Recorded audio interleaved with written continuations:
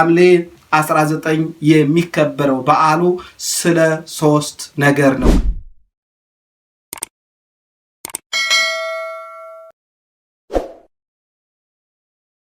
በስመ አብ ወወልድ ወመንፈስ ቅዱስ አሃዱ አምላክ አሜን። የእግዚአብሔር ሰላም ከሁላችን ጋር ይሁን።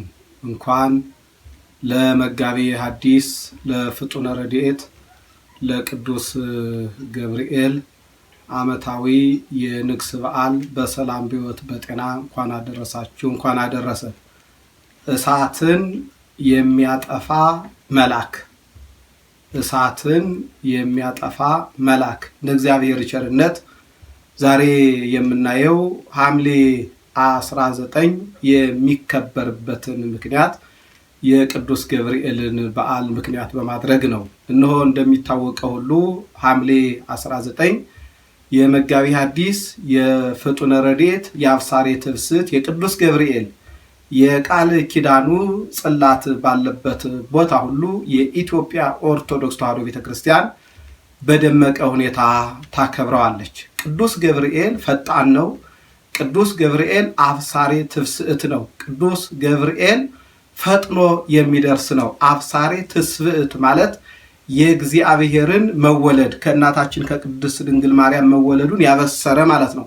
ፍጡነ ረድኤት ማለት ደግሞ ስንጠራው በደስታችን ጊዜ ደስታችን ፍጹም እንዲሆን ስንጠራው ፈጥኖ ይደርስልናል። ችግር ሲገጥመን ቅዱስ ገብርኤልን ስንጠራው ችግራችንን ለማስወገድ ፈጥኖ ይደርሳል። ለዚህ ነው አባቶቻችን ፍጡነ ረድኤት የሚሉት። መጋቤ ሐዲስ ይሉታል ቅዱስ ገብርኤልን የሐዲስ ኪዳን አብሳሪ ስለሆነ። በተለይ ልጅ አጥተው ለሚኖሩ አባቶቻችን እናቶቻችን ከእግዚአብሔር ተልኮ ልጅ እንደሚወልዱ የምስራችን የተናገረ ቅዱስ ገብርኤል ነው። ለእናታችን ለቅድስት ድንግል ማርያም ትጸንሲ ያላት ተወልጃለሽ አላት ማለት ነው። ስለዚህ ቅዱስ ገብርኤልን ስንጠራው ፈጥኖ ይደርስልናል፣ ችግራችን ይወገድልናል፣ ደስታችን ፍጹም ይሆናል ማለት ነው። ቅዱስ ገብርኤልን ጠርቶ ያፈረ ማን ነው? ቅዱስ ገብርኤልንስ ጠርቶ የቀረበት ማን ነው? ልቦናችን ንጹሕ አድርገን ስንጠራው ቅዱስ ገብርኤል ፈጥኖ ይደርሳል ማለት ነው። ስለዚህ ሐምሌ 19 የሚከበረው የሚነክሰው የቅዱስ ገብርኤል ጽላት በያለበት ቦታ የቃል ኪዳን ልጆቹ በደመቀ ሁኔታ ያከብሩታል። ለምን ከተባለ ሲጠሩት ፈጥኖ ስለሚደርስላቸው ማለት ነው። ለሾፌሮች ሁሉ እንኳን መሪያቸውን የሚይዘው ቅዱስ ገብርኤል ነው፣ እውነት ለመናገር ከእግዚአብሔር እየተላከ። ስለዚህ በዚህ ዕለትም እናትና ልጅ በተለይ የ3 ዓመት ሕፃን ቅዱስ ቂርቆስና እናቱ ቅዱስ ኢየሉጣን እናገኛለን። የ3 ዓመት ሕፃን ስንል አንዳንዶች እንዴት የ3 ዓመት ሕፃን እንደዚህ ስለ ሃይማኖቱ ሊከራከር ይችላል ሊሉ ይችላሉ። ሐረይኩከ እምከርሰ እምከ ተብሏል ኤርምያስ። እነሆ በአንደኛ በትንቢተ ኤርምያስ ምዕራፍ 1 ከቁጥር 5 ላይ ከእናትህ ማኅፀን ሳትወጣ ቀድሼሃለሁ አለው ቅዱስ እግዚአብሔር። ከእናት ማኅፀን ሳይወጣ ገና በእናት በአባቶቻችን አብራክ ሳንከፈል መቀደስ የሚችል ጌታ የ3 ዓመትን ሕፃን ቢመርጥ ምን ይደንቃል? እግዚአብሔር ቤተሰቦች፣ እነሆ በሆሳዕና ሰዓት ትልልቆች ከማመስገን ዝም ሲሉ የ2 ዓመትና እስከ 5 ዓመት ያሉ ሕፃናት እግዚአብሔርን አመስግነውታል። ለዚህ ነው ማፈ ደቂቅ ወሕፃናት አስተዳሎ ከሰብዓተ ተብሎ የተነገረው። ከሕፃናት ከሚጠቡ ከልጆች ምስጋና ለራስህ አዘጋጀህ ተብሏል በመዝሙረ ዳዊት መዝሙር 8 ላይ ማለት ነው። ስለዚህ ከዚህ መካከል በሕፃንነቱ የተመረጠው ቅዱስ ቂርቆስ ነው። አባቱ ቆዝሞስ ይባላል፣ እናቱ ኢየሉጣ ትባላለች። እነሆ በዚህን ዘመን ለእስክንድሮስ የሚባል ንጉስ፣ ከሃዲ ንጉስ፣ ለጣዖት የሚያሰግድ ንጉስ የሚያደርገውን የማያውቅ መሪ ነበርና ለጣዖት ስገጂ አላት። ማንን? ኢየሉጣን። ቅዱስ ኢየሉጣን እንደዚህ ስላት እኔ አላደርገውም፣ የ3 ዓመት ሕፃን አለኝ፣ አይገባም፣ እሱን አምጣና ጥራው ጠይቀው አለችው። በሰፈር አስተርጦ ቅዱስ ቂርቆስን ጠየቀው። ተጠርቶ መጥቶ አንተ ለዚህ አማልክት ስገድልኛል። ቅዱስ ቂርቆስ ምን አለ? አንሰ እይሰግድ ለአማልክትከ ርኩሳን ዘእይክሉ አድኖ ርእሶሙ። ራሳቸውን ማዳን ለማይችሉ ለርኩሳን አማልክት አልሰግድም አለው። ዓይን እያላቸው አያዩ፣ ጆሮ እያላቸው አይሰሙም፣ እጅ እያላቸው አይዳስሱም፣ እግር እያላቸው አይሄዱም፣ ለነኚህ አልሰግድም ነው ያለው። ወርቅ እሰጥሃለሁ፣ ብር እሰጥሃለሁ፣ ስታድግ ትልቅ ስትሆን እሾምሃለሁ፣ እሸልምሃለሁ አለው። እኔ የምድራዊ ንጉሥ ሳልሆን የሰማያዊ ንጉሥ ነኝ አለው ቅዱስ ቂርቆስ። አያችሁ፣ በ3 ዓመቱ በወርቅ በ3 ዓመቱ እንዳሁን ልጆች በማስቲካ በኮቸሮ እንደሚታለሉት ቅዱስ ቂርቆስ ሕፃን ቢሆንም በዕድሜ አልተታለለም። አኮ በሲበት አላ በአይምሮ በመብሰል ነው እንጂ በሽበት አይደለም እንዲሉ አባቶቻችን። ከዚህን በኋላ ንጉሱ ተበሳጨ። ለአማልክቴ አልሰግድም ያሉ እነኚህ አለና እናትና ልጅ የሚይዝ ትልቅ ጋን አዘጋጁ አለ። በዚያ መካከል እጅግ በጣም ብዙ እንጨት ተጨመረበት፣ ውሃ ተጨመረበት፣ ፈላ።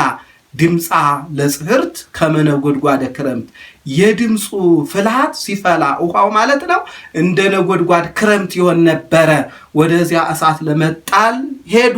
ኢየሉጣ ፈራች። የ3 ዓመት ልጅ ይዤ ምንም ያላወቀ ሕፃን ይዤ እንዴት ወደ እሳቱ ገባለሁ አለችና ፈራች። ጥብኢከ እናቴ ሆይ በርቺ፣ ጨክኝ አላት። ቅዱስ ጳውሎስ እንደተናገረው በዚህ በሮሜ መልእክቱ ምዕራፍ 8 ከቁጥር 18 ላይ እንዲህ ይላል፣ ያሁኑ ዘመን ስቃይ ምንም እንዳይደለ አስባለሁ። ለምን ካለ በኋላ የሚሰጠን ክብር ይበልጣልና እንዳለው ሕፃኑ ቅዱስ ቂርቆስም እናቴ ያሁኗ ዘመን ስቃይ ከ1 ሰዓት በላይ አትሆንም፣ በላይ በሰማይ ያለው ስቃይ ግን ከባድ ነው። ያውስ ክብር የምናገኝ ከሆነ በዚህ ብናልፍ ይሻለናል።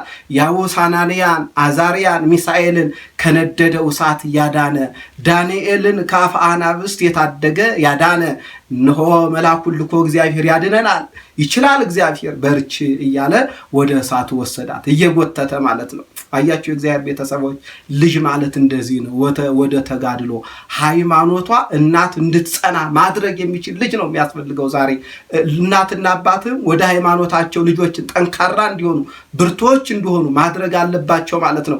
ከዚህ በኋላ ወደ እሳቱ ሲጣሉ መጋቢ ሐዲስ ፍጡነ ረድኤት ቅዱስ ገብርኤል ከእግዚአብሔር ተልኮ መጣ። የፈላውን ውሃ አቀዘቀዘላቸው።